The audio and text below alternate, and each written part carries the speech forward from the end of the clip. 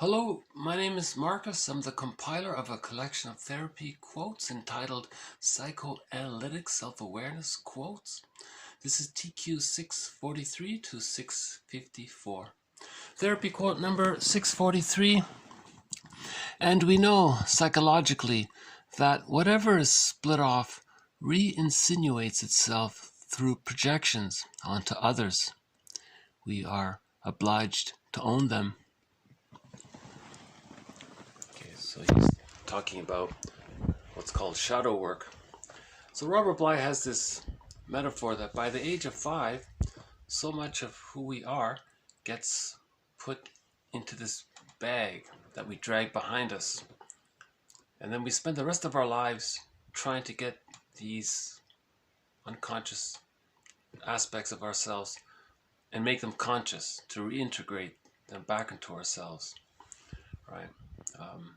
So for example, the child had his own ideas, maybe he was being a little creative, the mother didn't appreciate it somehow, or the child was frightened by it, or something happened, and it got put into the bag. So now the child's confidence around his ability to learn, he's going to spend the rest of his life trying to get that confidence back, let's say. And other traits and aspects of the child, maybe, the feeling self usually goes into the bag, and our ability to name our feelings goes into the bag.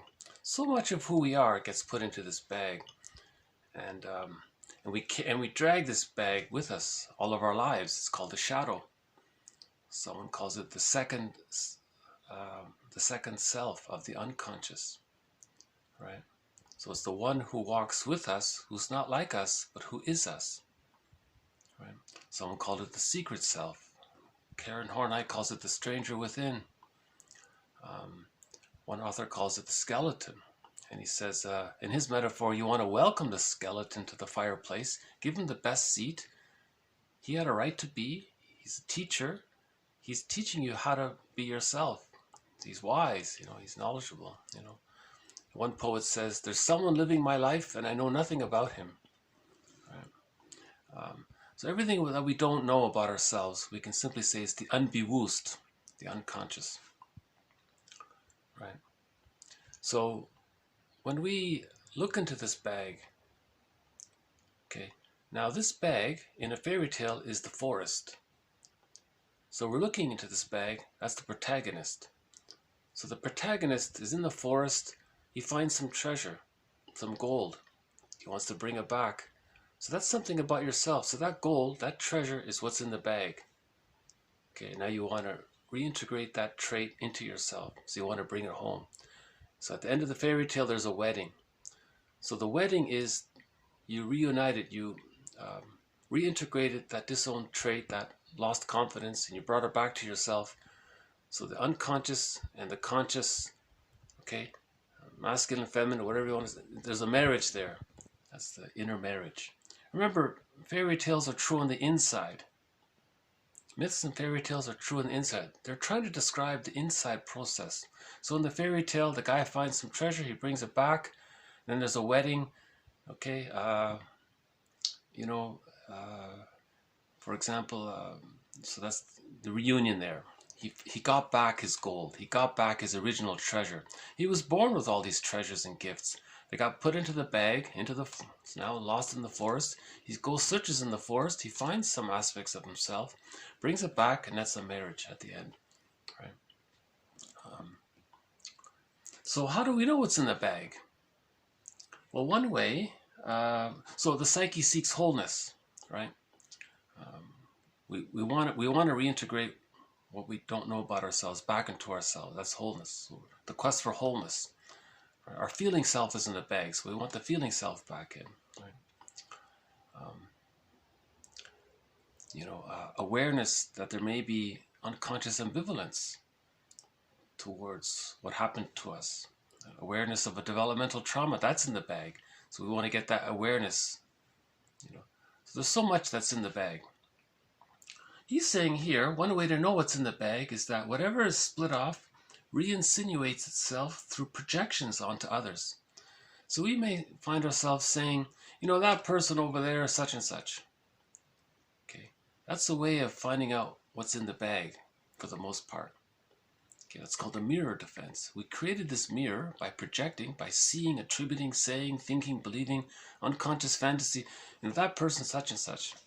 Okay, that's how the psyche is helping us to see what's in the bag, in the unconscious. So now we can own our projections. He says here, we are obliged to own our projections. That's called shadow work. Right? Lifelong process. Klein says we can never perfectly integrate everything that we don't know about ourselves back into ourselves, but the more we do, the more whole we feel. If what's in the bag is a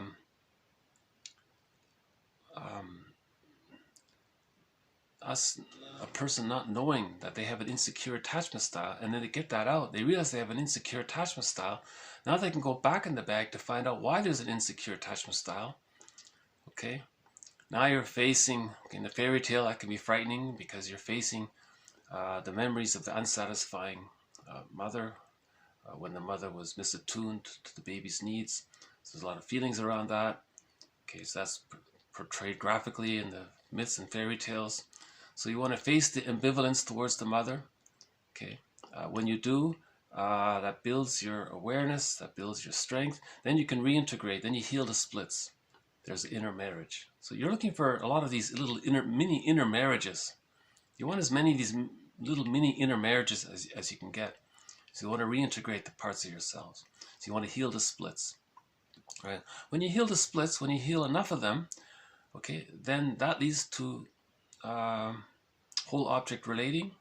See, when you heal the splits, love and gratitude, more love and gratitude enter the psychological picture. Okay, and then with the love and gratitude, that leads to whole object relating. And okay, then you see, in regular development, when the satisfying memories with the mother outweigh the frustrating memories of the mother, at the age of 6 months, he can differentiate his image of himself from the image of the mother. That's when love and gratitude enter the psychological picture, because the child has internalized enough love that allows him to separate. And this goes on until the age of 3. Now he's internalized all of these loving memories. It becomes what's called a holding interject, psychic structure, internalized good object.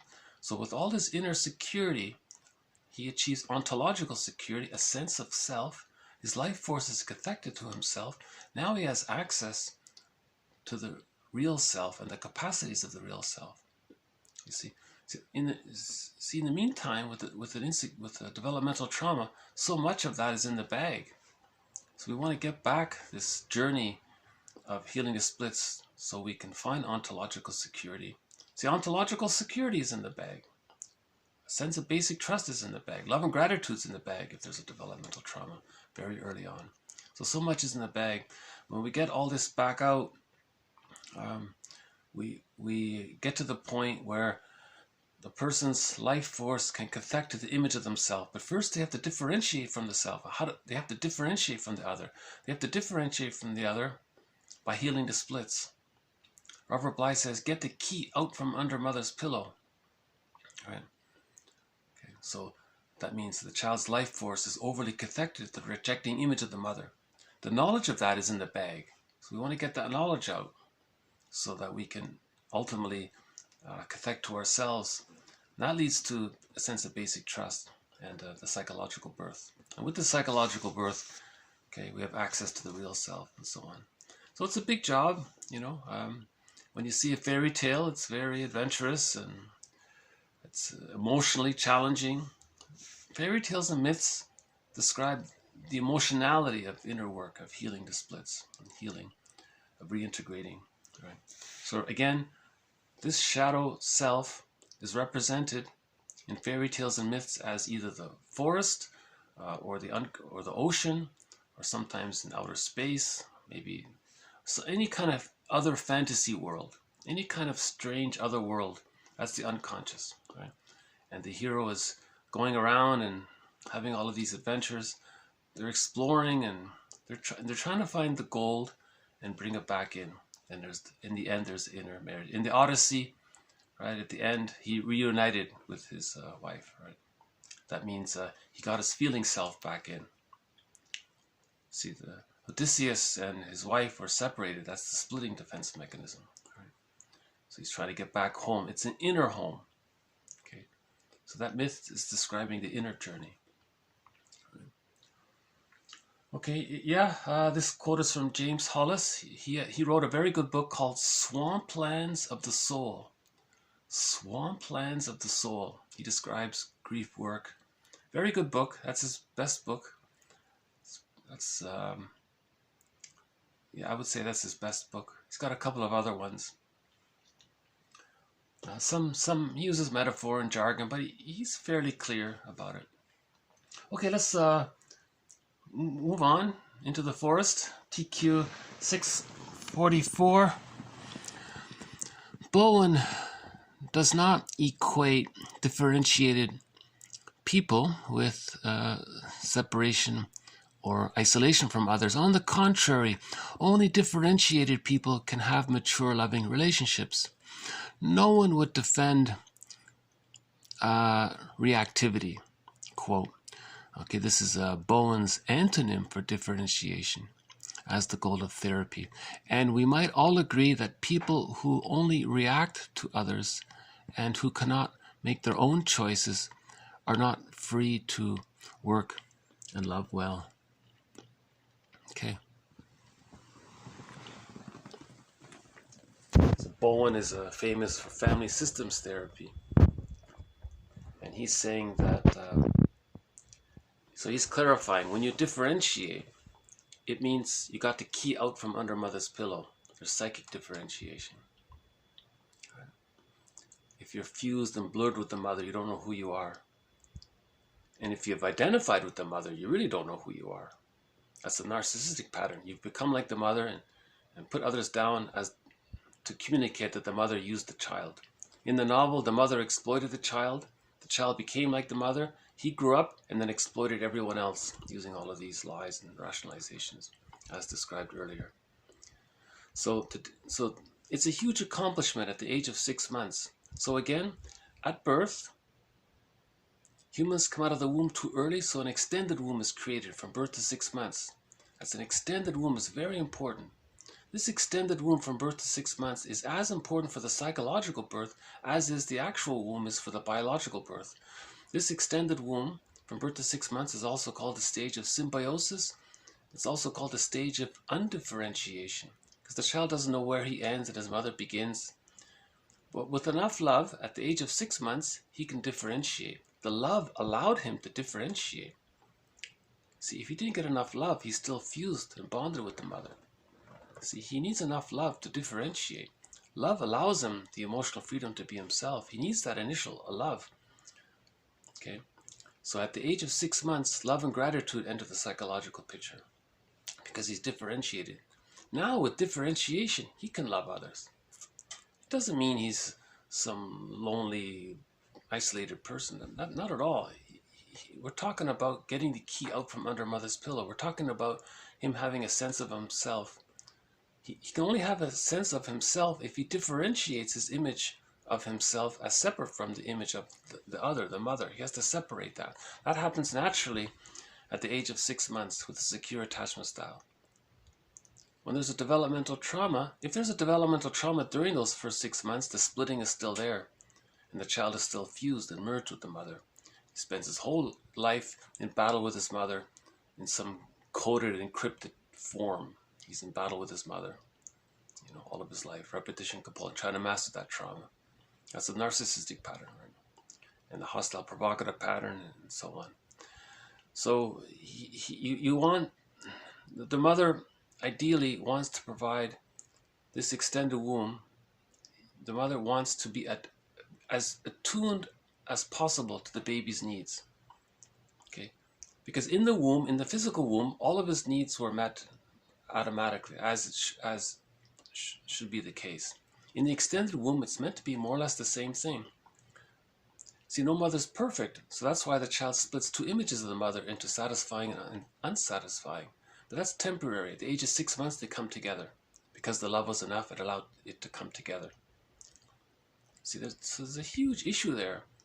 If the mother is very frustrating during the first 6 months, you know, puts the baby on a schedule and uses a bottle and ignores the baby and maybe is hostile towards the baby or impatient towards the baby, oh boy, that's an insecure attachment style. If there's a trauma there, that can lead to, as one author said, the hostile provocative attachment style. In other words, the person didn't get their symbiotic needs met, so they're hostile and aggressive towards others because they're trying to find someone else to be fused with, and they want that other person to be their mother psychically, you know, but no one can do that, right? No one can travel back in a time machine to undo all that, or you can't. But see, when there's a trauma like that, you're trying to communicate it. You're trying to know what's happening. So we repeat and don't remember. We just repeat. We don't remember, like Sisyphus, or we talk, self-reflect, and remember.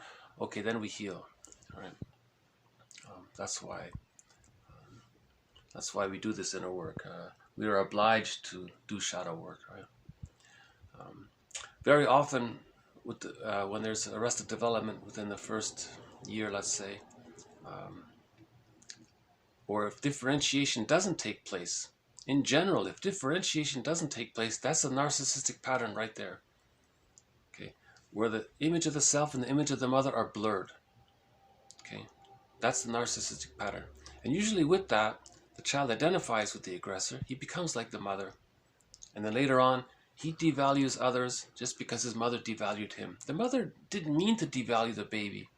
But when the mother's so misattuned, the baby interprets that as being devalued, shamed, humiliated, hurt, and all that. So now he grows up and does those things to others because he's trying to communicate what his mother did to him. You see, he's trying to communicate what his mother did to him. Okay? So that's similar to the mirror defense. The psyche seeks wholeness. How does the person know what happened? He sees what he does to others. Then he recognizes that's what his mother did to him. So, okay, so the main point here is differentiation is very important. To clarify the term, it doesn't mean you're isolated. You're more loving. You see, with differentiation, love and gratitude enter the psychological picture. Then you can genuinely love another person. See, ironically, you're differentiated. You love more because you internalize, because you need the love to differentiate. Now you have the love, now you can love others. If there's trauma there and splitting is still there, that's only transference love. You're projecting the mother or the wounded inner child and you're repeating the childhood scenario. You're trying to master the trauma. It's very chaotic there. Insecure attachment styles, so marriages that are based on insecure attachment styles are usually conflict habituated, hostile dependent, or there could be emotional divorce in the marriage, or at best some kind of passive aggressive compromise. The marriages become like sour milk or the bitter and all that. Okay, with differentiation and secure attachment style, marriages become like fine wine. They get better with age. They ripen. You know, they get better and better. Right? Okay. Yeah, he's saying here in his jargon, the opposite of differentiation is normally undifferentiation or symbiosis. He's saying reactivity because it's very reactive. If you're fused and you're hyper alert and all this, you're very there's a lot of reactivity there because you didn't get your symbiotic needs met, so you're in a negative symbiosis. So you're hyper reactivity there. So that's not emotional freedom. When you get enough love, you differentiate, that's emotional freedom. So no therapist would think that hyper reactivity is freedom. Right? So he says there, we might all agree that people who only react to others and who cannot make their own choices, okay, we want to get the key out from under mother's pillow. Okay, so now you're making your own choices because you're connected to yourself. Okay, let's move on. TQ 645.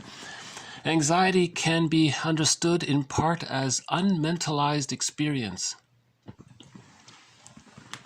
So this jargon seems to come up once in a while, this concept of something being unmentalized. All he means is that it's not conscious. You don't have a concept of it. So trauma takes place, it's unmentalized. No one can digest that, process that, understand it. No symbols were made, there's no words to it. It's this voiceless thing, So he's just saying anxiety is it's unmentalized. So you want to mentalize it, you want to understand it. So object relations theory helps to understand anxiety. Masterson says self-activation leads to abandonment, depression, massive anxiety there, and then you lead to defense. So you want to be yourself, but it reminds you of the mother rejecting you, so there's anxiety. If mother rejects the baby, the anxiety is the baby thinks the mother's going to abandon him, or the mother's going to overwhelm him. There's anxiety there. So then he does some defense. So as an adult, he might binge eat or something. So this is a model. Object relations theory offers models to understand. So now we're symbolizing. Now we're mentalizing our anxiety. Now we're getting a grip on it. Now we're framing, or we're understanding why we may have anxiety. Right. So this model, object relations theory, contributes to that immensely. Melanie Klein's theory of the defense mechanism of splitting. Okay, the idea that when we try to reintegrate something in the bag, that's going to cause anxiety, because when we try to reintegrate it, we're reminded of why it got put in the bag in the first place. So there's anxiety. Okay, so this conceptualization helps to mentalize our anxiety, to put it in our mind. Right? So mentalize means to put it in your mind, right? So you understand it. Okay, I thought maybe we'll move on to a song, TQ 646. Self-reparenting, adult conscious ego to the ego of the inner child of the past. Tell me everything you want, tell me everything you need, and I won't judge where you've been. I won't judge the things you say, because I couldn't love you any more than I do now. Okay, so maybe this song, we can borrow it for the idea of having a relationship with our inner child of the past, which is the memories of the inner child of the past. It's in the bag. Right? Now you want to have a relationship with your unconscious. Sandberg was saying, just having this dialogue with your unconscious is healing. Okay, because now your inner child is healing, repairing. So in this song, imagine the adult saying to the inner child, I'm here. I'm not going to criticize you anymore. You were criticized enough as a child. Now me as an adult, I'm not going to criticize you. I won't judge it. And if you feel afraid, I'm not going to judge that. I understand. Because it's a part of you. You're reintegrating. Okay. And I couldn't love you any more than I do now. So he has a very fond respect and appreciation for his inner child, for yourself as an inner child. So if you find a photo of yourself as a child, that's you. You want to love yourself, right? You want to love you of the past, right? So it's a good little song, pop song. I don't know how famous it became, but I'll just maybe play a part of it, if that's okay. It's called Talk to Me.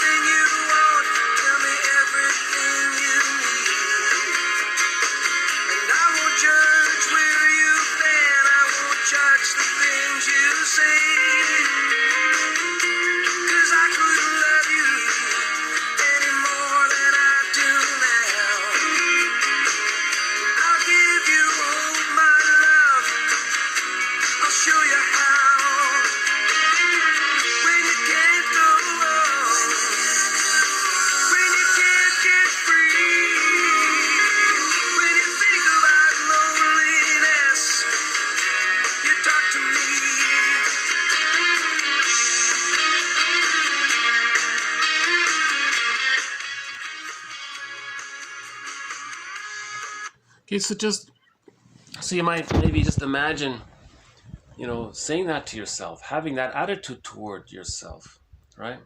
As a loving parent, that would be the attitude an actual parent would have towards their children. I'm here, I'm going to listen.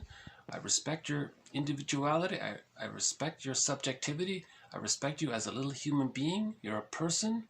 You're going to be separate. You're not my property. You don't own me. You don't have to do something for me. You don't have to take care of me. I'm here to take care of you. That's my pleasure. So what happens is some mothers, not to blame them, okay, they're caught in their existential dilemma.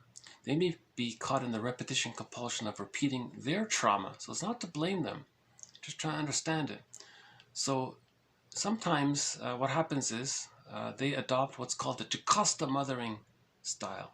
The Jocasta mothering style is when the mother uses the child to meet the mother's needs. Okay, right there, that's an insecure attachment style for the child. His feeling self goes in the bag. So much, his pathway to his own development even goes in the bag. Okay, awareness of what's happened to him goes in the bag. So much of him goes into the bag. And it even feels like that there's more of who he really is in that bag, So now, okay, at midlife, we do reparenting, self-reparenting, okay?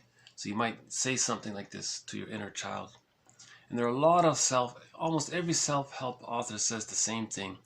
Write a letter to your inner child. Dear inner child, here's what's going to happen. These things are going to happen. So you're writing to yourself, but you write it on a piece of paper. Dear me, dear little me, or dear child me, your life is going to unfold in this manner. This is going to happen. You're going to feel this, and this is going to happen. Then you're going to make this decision based on this. And because you felt that, you're going to make this decision. And because you were afraid, you did this, and because you were scared, that happened, and you didn't, and so on. So you want to write a letter to yourself as a child, explaining their life to this point, to the present. You want to keep that letter and refer back to it and update it. So there's a common exercise. I noticed there's a pop song called "Love Letter to Myself," and the singer was saying, actually the song is just about the idea of the positive experience of writing a letter to oneself. She says, I wrote this letter to myself. I wrote this love letter to myself. And, I feel better. I talked about this. I talked about that. And I cried. I haven't cried in such a long time. And I feel much better. This is like a real blessing. And she's praising the idea of writing a love letter to yourself. Right?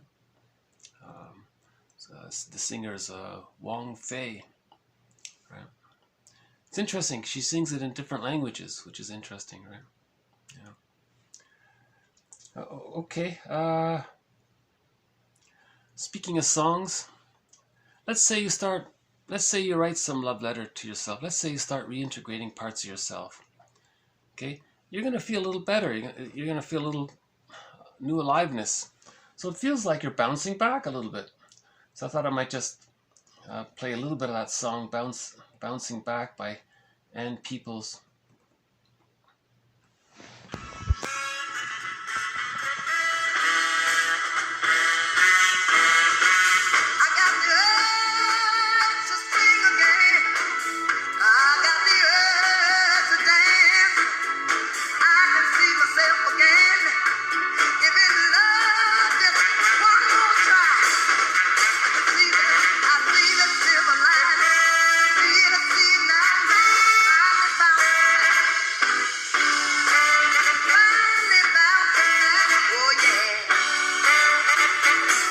Okay, I'm just borrowing this, for inner work. The song is maybe she had a breakup with a guy and she lost her confidence, and now she mourned the loss. She was grateful for the relationship. She said she had good thoughts about the person. She learned about herself. She did some inner work, grief work, and she was gratitude. She had the capacity, or she found her love and gratitude, And now she mourned the loss, and now she's bouncing back, she said. But I thought it's sort of a similar kind of thing. If you mourn the loss, okay, so all of these things that go into our bag, that's a loss. And when we get it back in, we're feeling better again. Right? And Peoples has a good song called Fill the World with Love. We have to fill this world with love, love and understanding. So maybe I'll play it in the future. It might, if any of these songs, if you don't hear any of these songs, it means it got blocked. My apologies. Sometimes it gets through, sometimes it's blocked. Okay, let's move on. Yeah, on a similar theme to writing a love letter to yourself, TQ 647. Pretend you're a journalist, gathering information for a story about your emotion. Jot down the various questions you need to know, which might be, for example, what triggered this emotion? What does this emotion feel like? Does it feel like any other emotion? Then write down your responses. Then maybe write that story. Okay, so again, so similar idea. Think about something in the bag. Be a journalist. Ask questions. And be a reporter for that aspect of yourself in there. That would be reintegrating. Okay, TQ 648. They value the relationship as a container in which is reflected the wholeness they seek in themselves. I thought this would be a good little follow-up from yesterday's video. So the burglar says, if you're having a problem in your marriage, don't run to the nearest divorce lawyer, run to the nearest therapist. Because you can divorce your mate, he says, but you can't divorce your inner conflict. Your inner conflict will faithfully follow you wherever you go. It'll faithfully follow you into the next relationship. So look at the inner conflict. Heal that, and you can save your marriage. His book is called Divorce Won't Help. It doesn't help solve the inner conflict, right? And you have a good marriage, but something came up. There's an inner conflict came up, something from the unconscious. Relationships do that. In a relationship, a lot of this material is going to come up.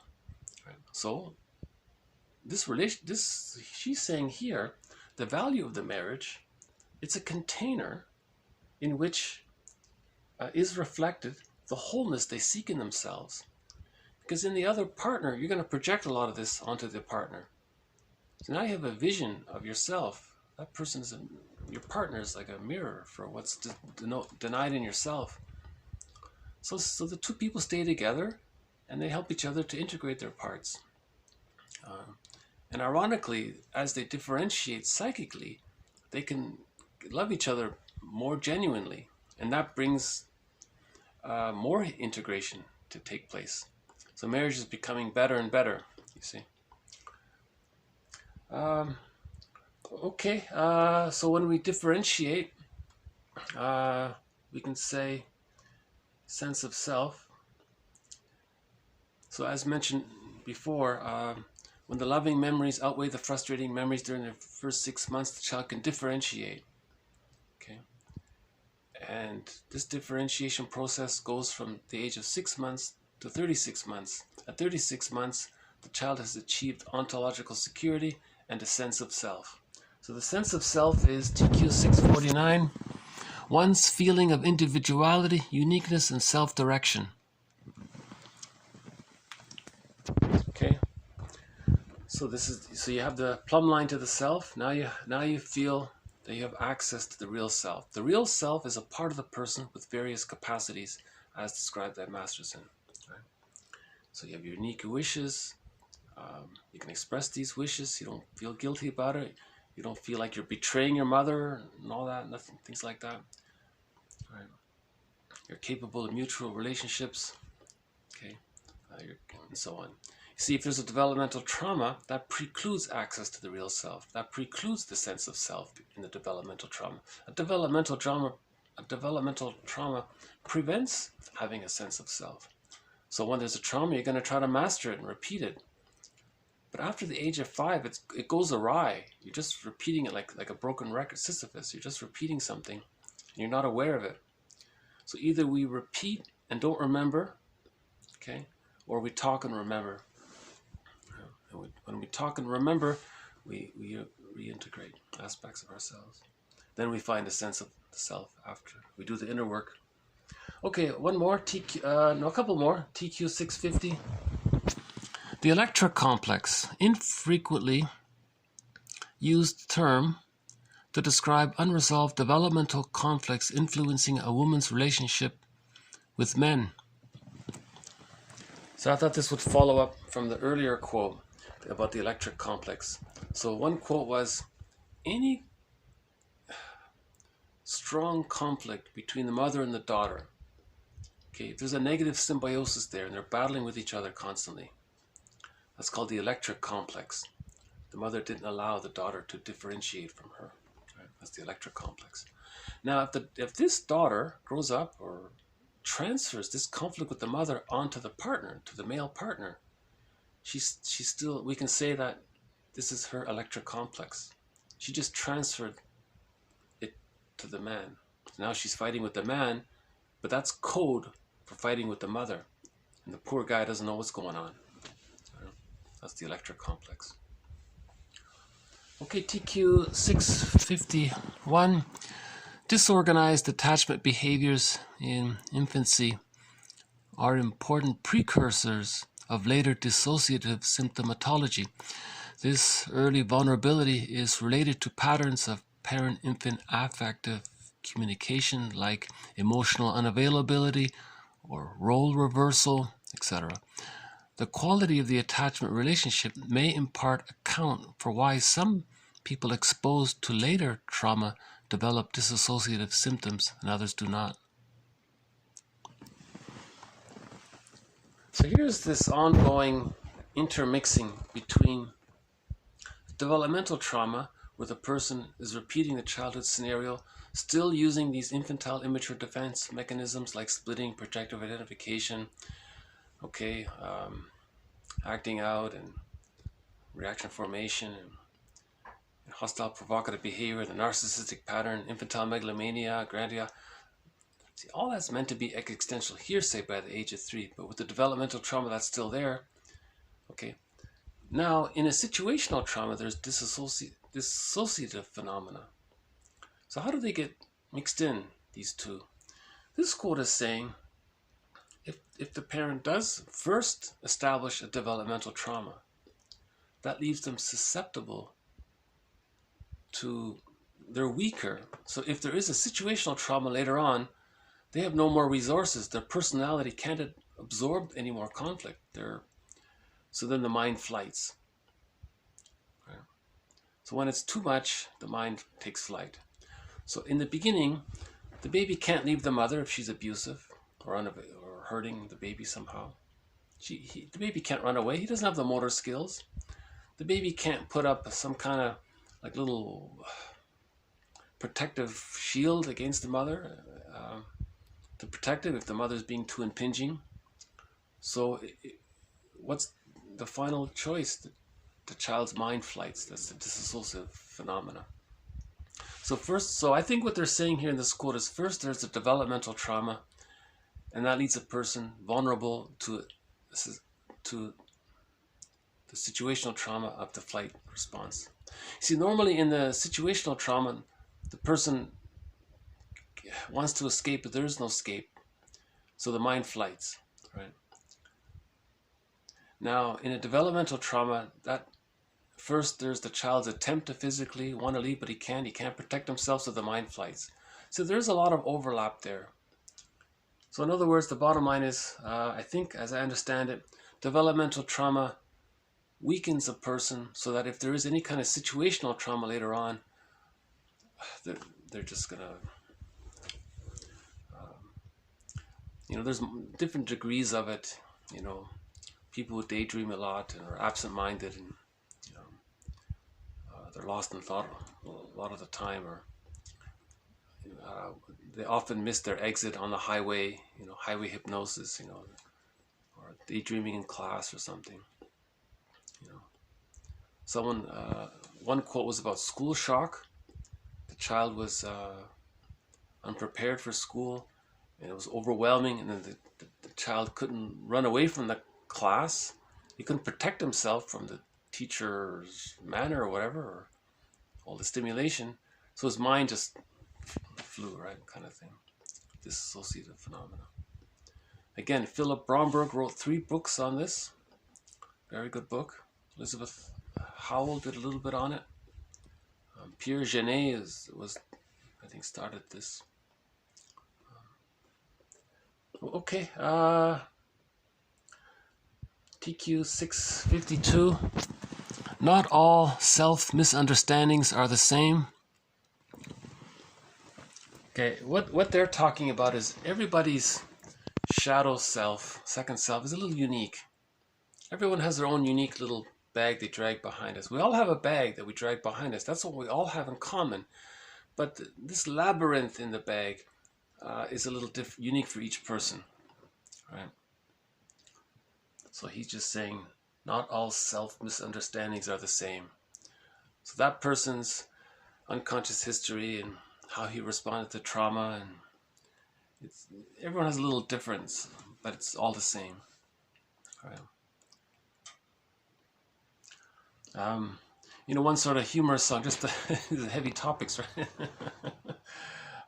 I think I need another song here. So one humorous song about this is the client wrote a song about this. She's saying she went on a complex, she went to the therapist and said, you know, I'm on this complex tour. I'm trying to reintegrate. I'm in the forest. I'm in this labyrinth. It's my own unique, everyone has their own unique labyrinth, let's say, right? So she says to the therapist, help, help, you know. She's lost in the forest. So it's a good little song about that she sings to her therapist. Okay, this is called Shrinker Man.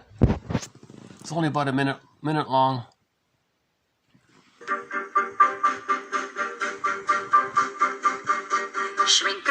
Shrinker man, put me straight if you can. Free me of my tics and twitches. Disconnect my latent switches, Shrinker man.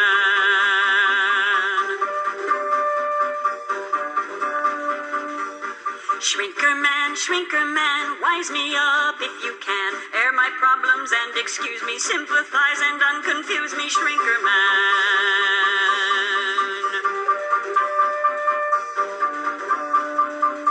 I've been on one of those complex tours. I want you to make my problems yours. Now give me one of them cut-rate cures, Shrinker man. Shrinker man, set me right if you can. Align me, tune me, normalize me, clean me up and simonize me, Shrinker man. Shrinker man. Shrinker man.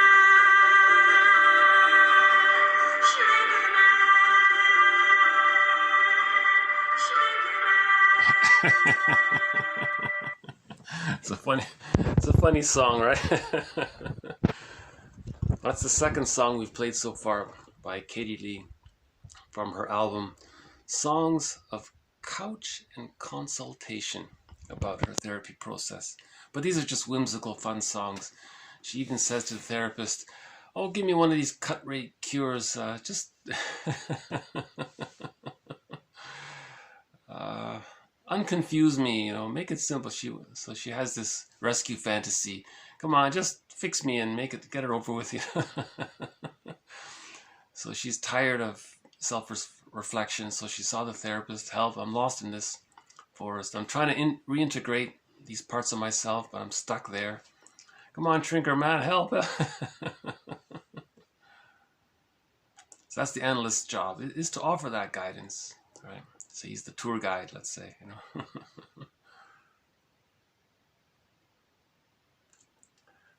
I don't see the Blue Jay today. The snacks are on the table. Maybe, hopefully he'll make one appearance by the end of this video. Okay, got 2 quotes left. TQ 653. After confronting her silences as a wish to control the analyst, what ensued made it possible to understand the person as having invited the analyst into a world where words were lacking. So in many dysfunctional families, the parents don't talk about their problems. They keep silent. So now the client sees the therapist and she's silent. So what she's trying to say was, when I was a child, my parents were silent. So she's doing to the therapist what her parents did to her. She was passive-aggressive, silent kind of thing, right? So the therapist noticed that. Gee, you're silent a lot. Were your parents silent with you a lot? When you had feelings and you wanted to talk about it, were your parents silent? Is that what you're trying to say? So that's often what happens. What the parents do to the child, that person grows up and then does to the therapist to communicate to the therapist what happened to them when they were a child. Right. Okay, TQ6, last one, TQ654, quote, often labeling a thought as dumb is a way of disguising from yourself the important meaning of a seemingly inadvertent thought. So he's saying here that the client is free associating, talking about their memories. This reminded them of this and this reminded them of that. They're getting closer to understanding why they put something in the bag. And suddenly an emotion came up and they labeled it, oh, that's dumb. The client said, oh, so that's a defense. So something came up and he squelched it with the label. Labels often squelch the feelings, right? So you put it in a box, you put it away, and you label it, you objectify it. So the therapist caught that. So, you labeling this thought as no good, maybe your parents thought that what you were feeling was no good. That kind of thing. Okay, so the quotes are posted below. Yeah, or maybe in TQ 654, the client often projects the rejecting image of the mother onto the therapist.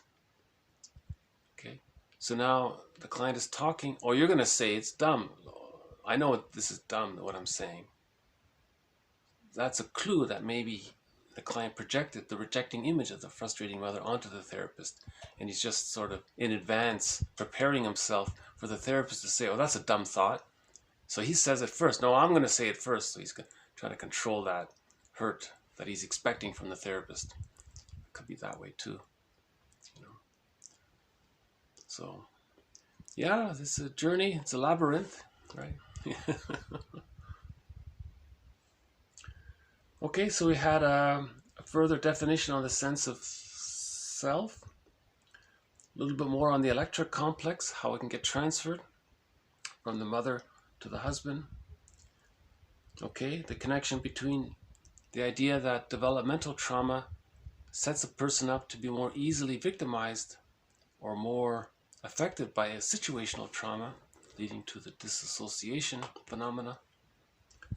Okay, everyone has their own unique labyrinth. So what we all have in common is that we're all carrying this shadow bag behind us. Okay. So much of who we really are is in this bag. So this is the human condition. We all have this. Why? Because humans come out of the womb too early. We come out of the womb too early, and no mother can perfectly be so attuned to create a perfect extended womb, right? So to deal with that anxiety, the child splits off. Okay, that's splitting, right? He puts it in this unconscious bag. Okay, Woodman's quote, a relationship is a kind of container that holds the vision of each person's wholeness. It's nice, a little poetic there.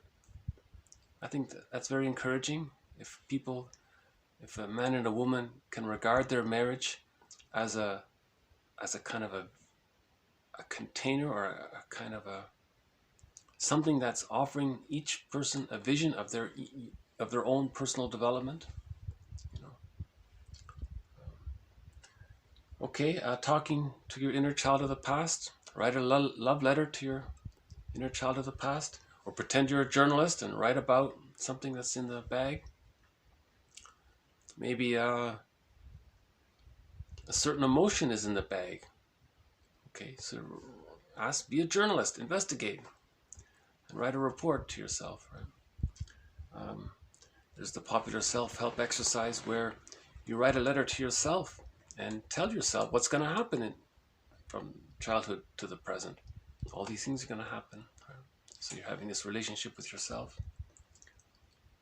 Okay.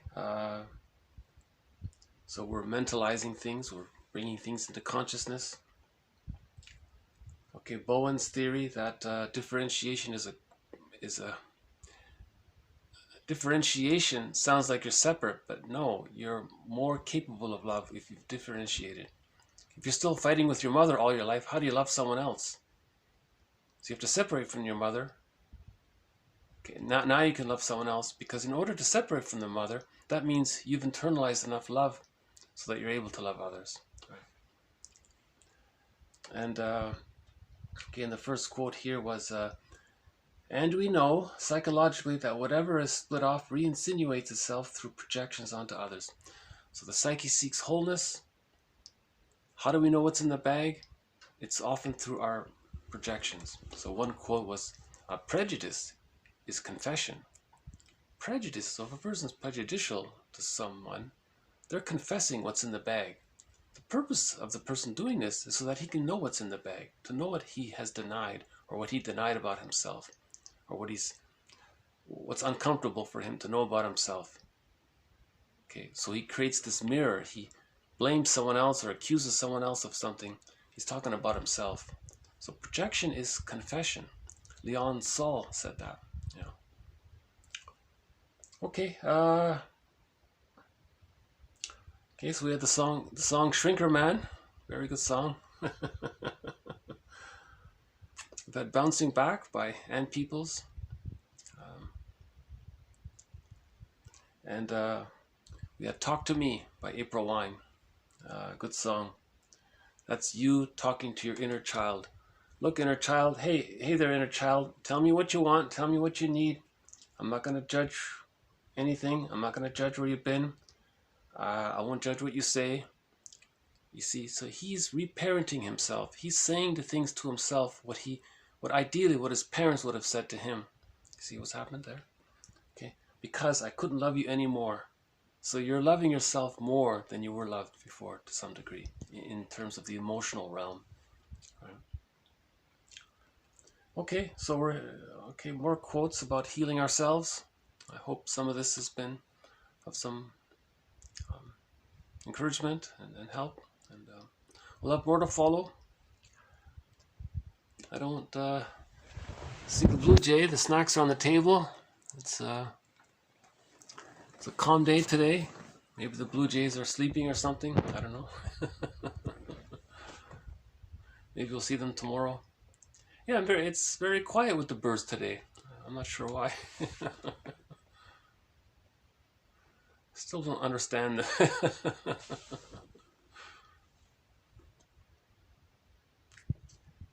Okay, yeah, the first quote was by Hollis. He has a very good book, as I mentioned, Swamplands of the Soul. I think that's his best book, really. He has another one for men, actually. I forgot what it's called. He has one that's part of the men's movement. I forgot the title of it, but it's okay too. Yeah. All of his books are about shadow work, really. That's all he talks about. In midlife, we have to do shadow work. That's all he talks about, pretty much. Yeah. Second half of life. Right? Okay, yeah, so we're learning about ourselves. Okay, now when we say learning about ourselves, we mean learning about our conscious self and learning about our unconscious self. So to know thyself means to know the totality, the body-mind totality of the conscious and the unconscious. Okay, and so know thyself means for the most part, know what's unbewusst about ourselves. Right? That's the original word for the unconscious. In the very beginning, the word unconscious was called the unbewusst. All that's unknown about ourselves. We say the unbewusst. So we're trying to get to know the unbewusst so we can reintegrate, search for wholeness, healing the splits, and so on. Okay, then we once we feel that sense of self, okay, ontological security, we're comfortable with ourselves. The safety, there's this inner safety there, and we're more reasonable. We see things more realistically. We're not caught in this fantasy battle with our parents, you know, projected on to others and so on. You know. Okay. You know, I still have this slight glimmer of hope the blue jay will make an appearance. I don't know.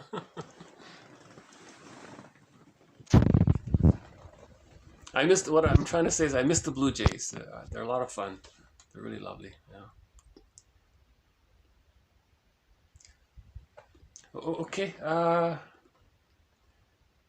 So yeah, I guess I'll stop it here. So thank you very much. This has been TQ 643 to 654. Thank you again. Bye for now.